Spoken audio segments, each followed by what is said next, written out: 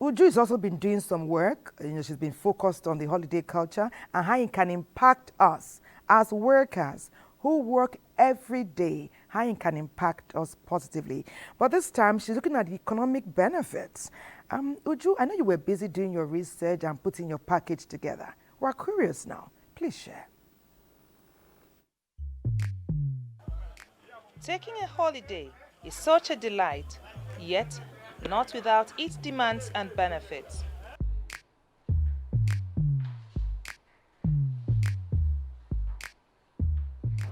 Holidaying is a social activity, and it involves people intentionally planning to visit places for a diversity of reasons, but majorly to relax.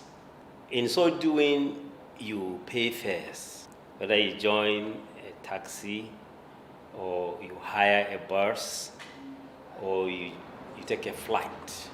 When you go to the destination, you reside in a hotel, you buy food, and at the end of the day, when you're going back, you buy souvenirs.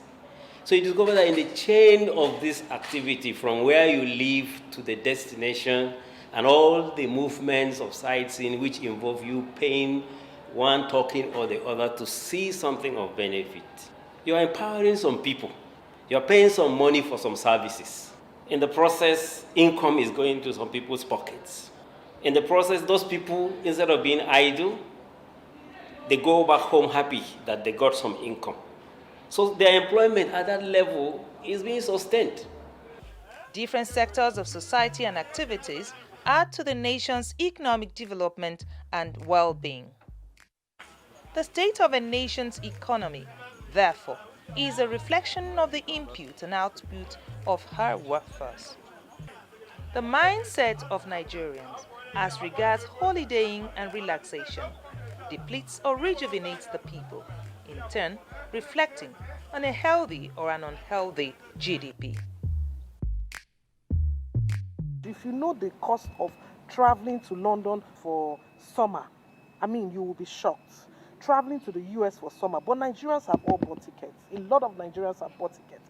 So imagine if that number, yes, we cannot always stop everyone from traveling outside, but imagine if 50% of that number were actually plowed back into our economy.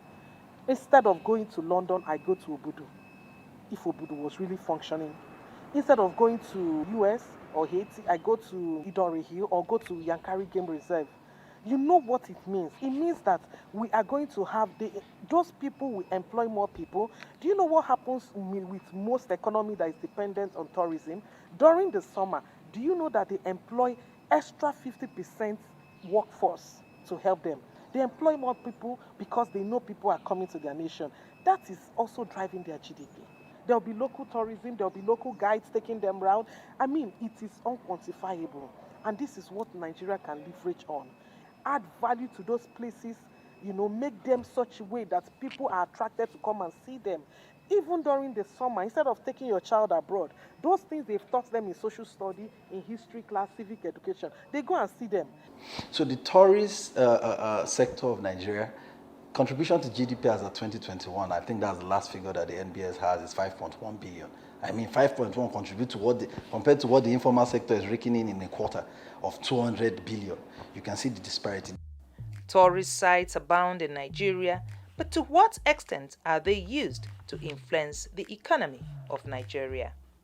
Holidaying in itself, the positive side of it is it helps the mental space, because a lot of Nigerians that are working, especially in the bureaucratic sector, are actually working just to earn a pay, not because they love the job they do.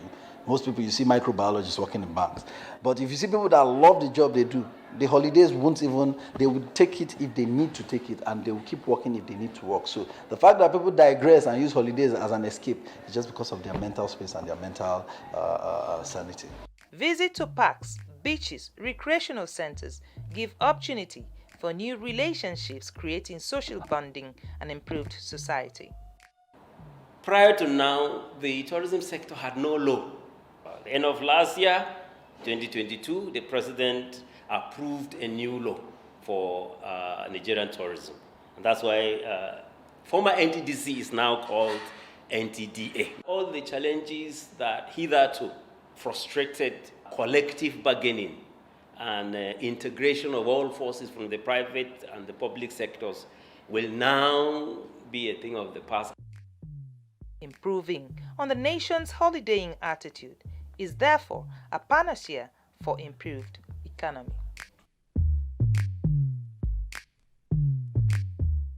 Uju, thanks for sharing what you discovered, what you found with us.